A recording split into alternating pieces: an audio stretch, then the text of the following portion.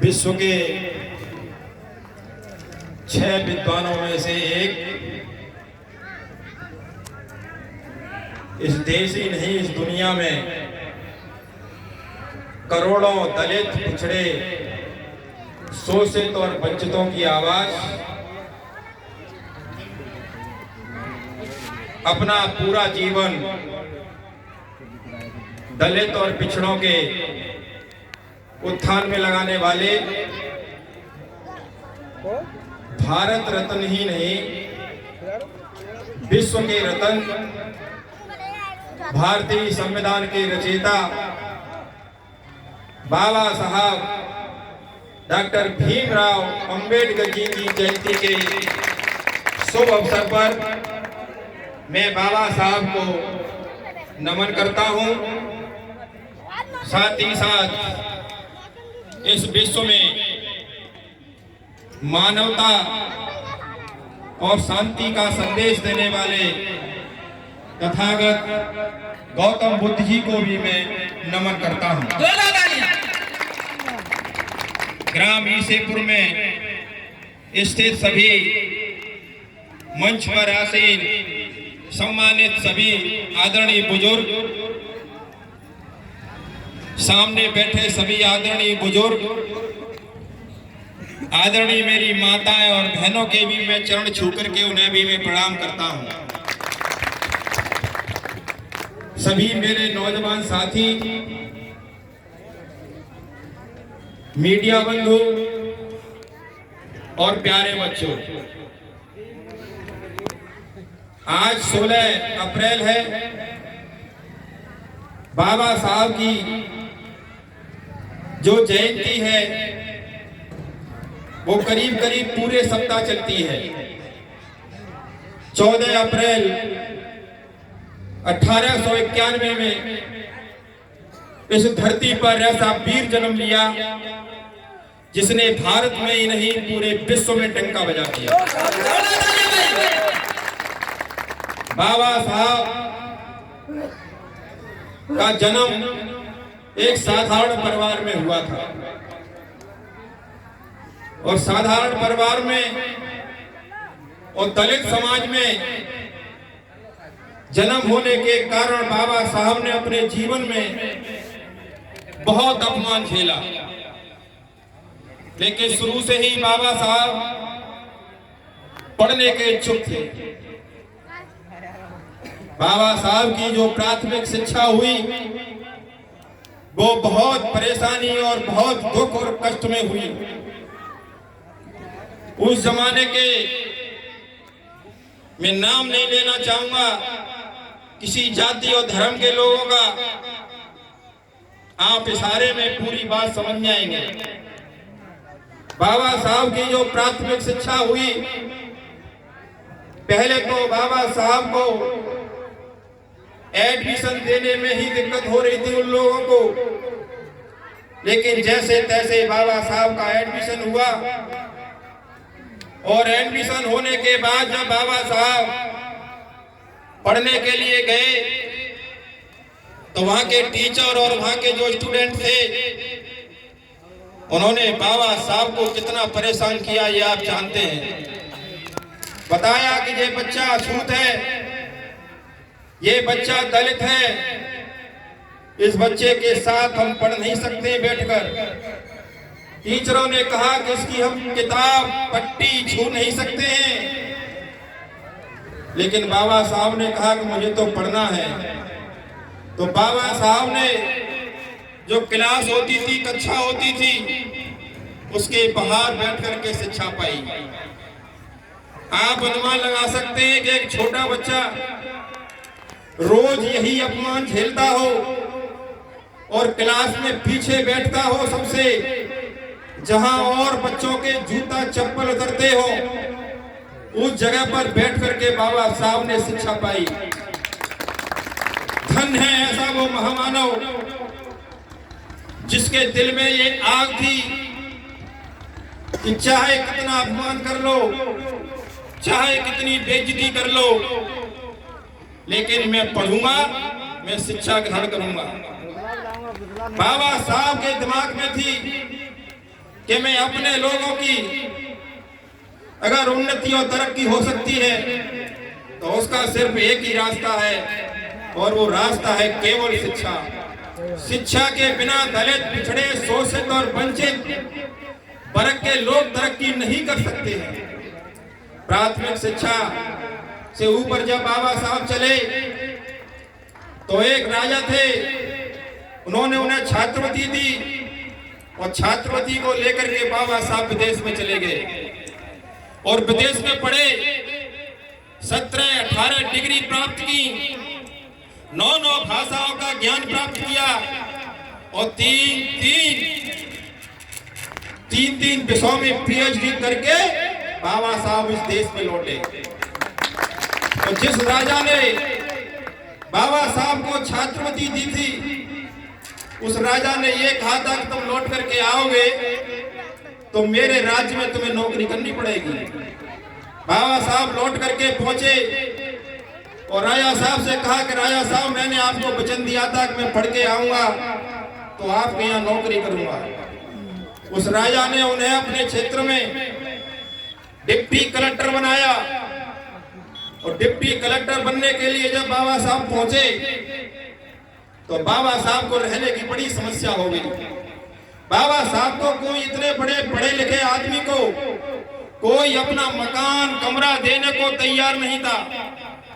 जैसे तैसे एक धर्मशाला में उनको स्थान मिला और जब लोगों को पता चला कि यह महार जाति का दलित है तो उस धर्मशाला से भी उन लोगों ने बाहर निकाल दिया बाबा साहब को। बाबा साहब ने 3-4 रातें वहां पार्क में बिताई और पार्क में बिताने के बाद बाबा साहब जब अपनी ऑफिस में बैठे तो वहां के चपरासी से कहा कि फाइल लेकर के आइए आप। तो वो चपरासी फाइल लेकर के आया, फाइलों पे धूल लगी थी।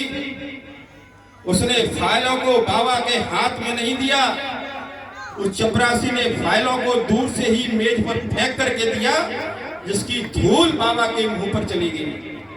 बाबा साहब को यह एहसास हुआ कि मैं इतना पढ़ा लिखा आदमी, मैं यहाँ का डिप्टी कलेक्टर और एक चपरासी मुझे फाइल इस तरह से दे रहा है, तो इस देश में मेरे समाज के लोग, दलित और पिछड़े समाज के लोग जो अशिक्षित हैं, उनकी हालत क्या होगी।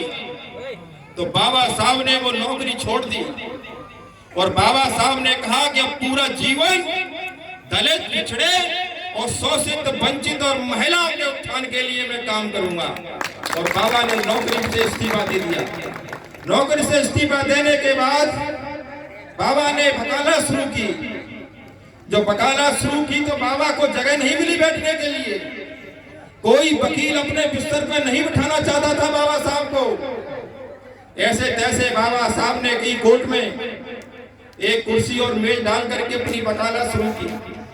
उनके पास में कोई क्लाइंट भी नहीं आता था। कहते थे ये तो दलित है, ये तो महार जाति से आया है, ये क्या जानता होगा। लेकिन एक घटना ऐसी घटी उस कोर्ट में, एक व्यक्ति को सजा हो गई। जाति मत खुलवाओ मुझसे, लेकिन आप इशारे में समझ जाओ। एक व्यक्ति की सजा हो गई फांसी की, और फांसी की सजा होने के बाद उसका बाप सभी वकीलों के पास जाता है कि मेरे बेटे को फांसी हो गई है, जरा मदद कर दो। सब वकीलों ने हाथ खड़े कर दिए कि इस फांसी को बचाने वाला कोई नहीं है। लास्ट में वो व्यक्ति बाबा साहब के पास पहुंचता है। बाबा साहब से कहता है कि बाबा साहब मेरे बच्चे को फांसी की सजा हो गई है, जरा मदद कर दो।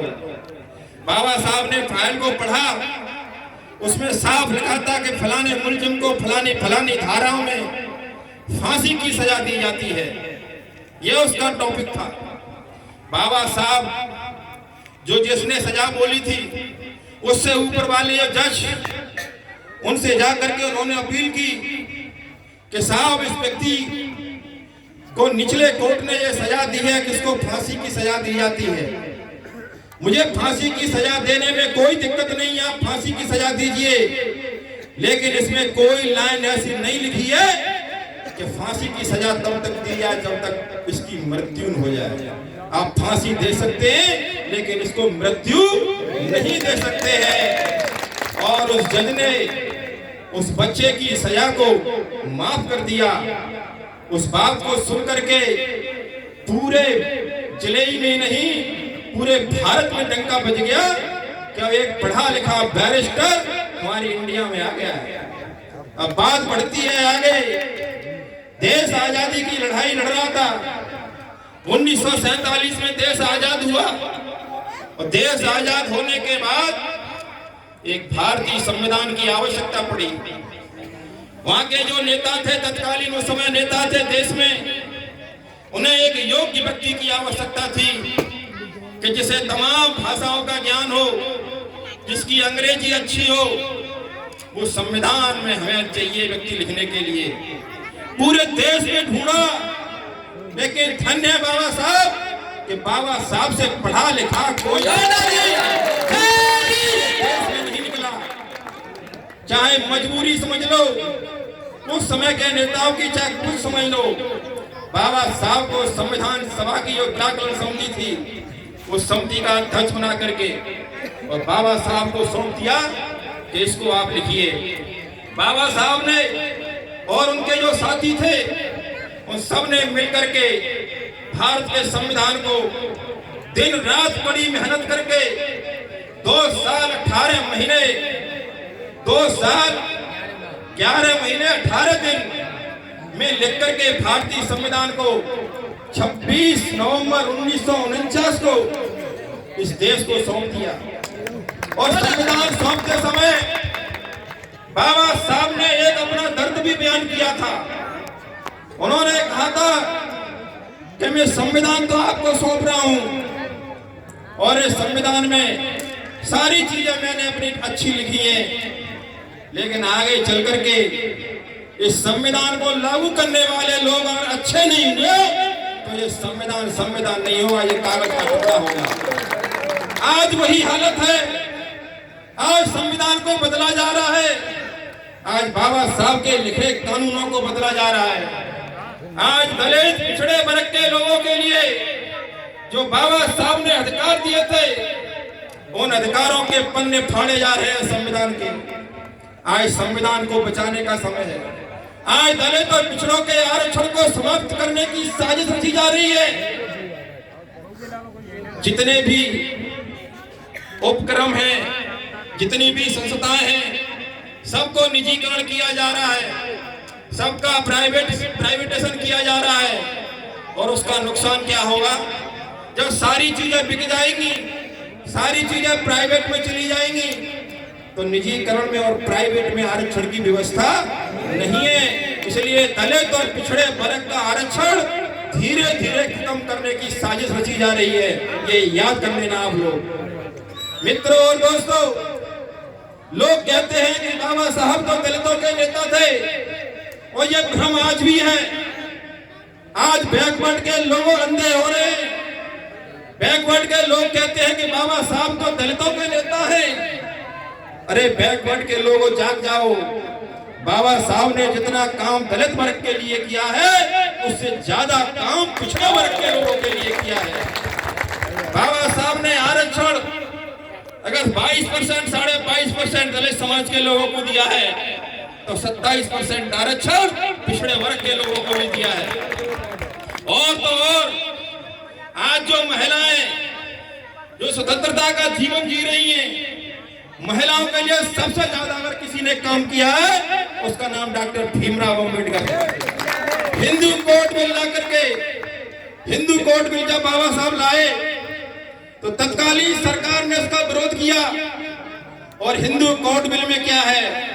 आज जो महिलाएं पढ़ रही हैं, लिख रही हैं, आज जो महिलाओं को स्वतंत्रता का अधिकार है, आज जो एक शादी एक पति एक पत्नी का जो रिश्ता है, आज जो खसरा खतौनी में नाम आता है, आज जो कार्ड बन रहे हैं आपके, तमाम तरह के समानता के अधिकार देने का काम महिलाओं को किया है तो बाबा साहब ने किया है। उसमें दलित और पिछड़ी महिला नहीं थी, उसमें सब वर्ग की महिलाओं के लिए काम किया है।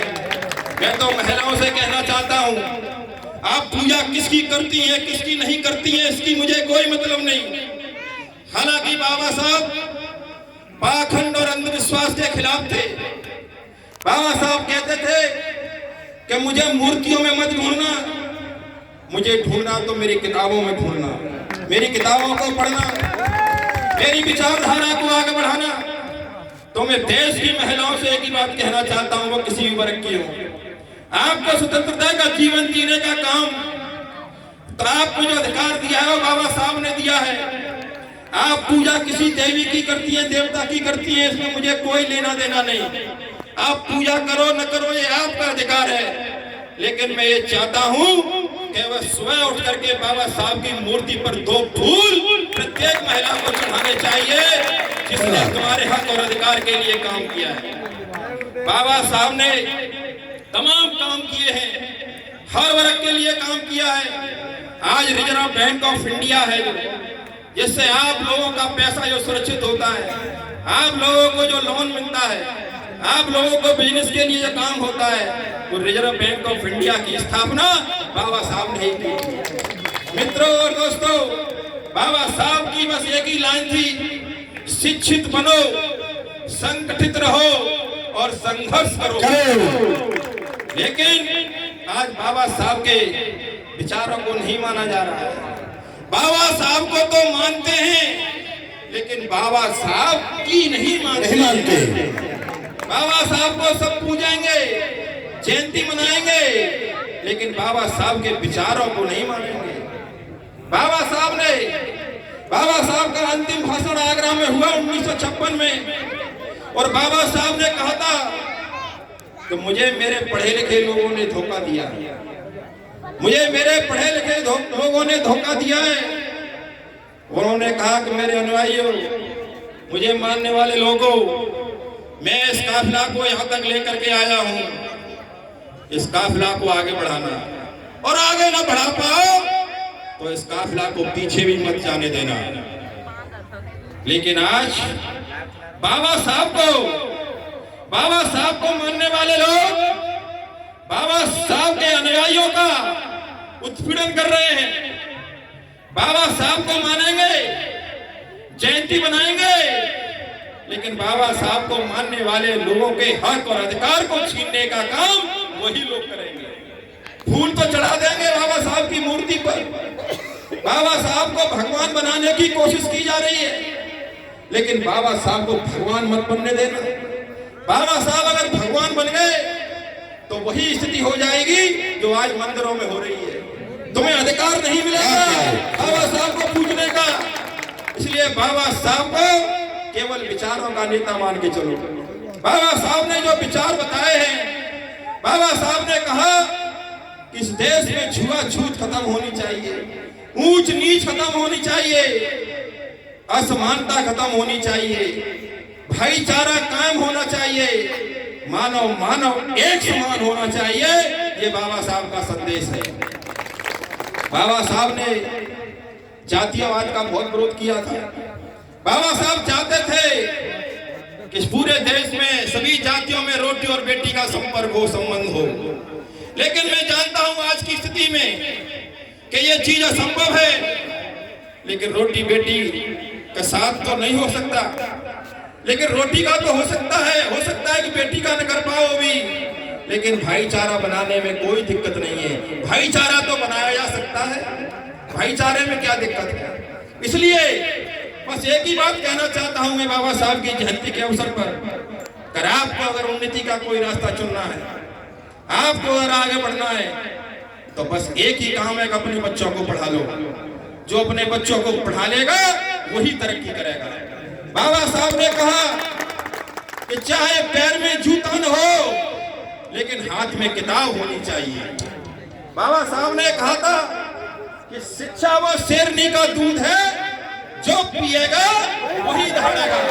इसलिए मेरी एक ही अपील है ईसेपुर और ईसेपुर के आसपास के सभी लोगों से, और खास करके दलित, पिछड़े, अल्पसंख्यक, शोषित, वंचित, किसान, मजदूर और महिलाओं से, कि चाहे एक टाइम रोटी खा लेना, खेत बेच देना, जमीन बेच देना, बर्तन बेच देना, शौक शान कम कर देना, धार्मिक कार्यों में चढ़ावा कम कर देना, कथा भागवत में जाना कम कर देना, भंडारे कम कर देना, लेकिन सेवन पढ़ाना है तो बच्चों को पढ़ा लो।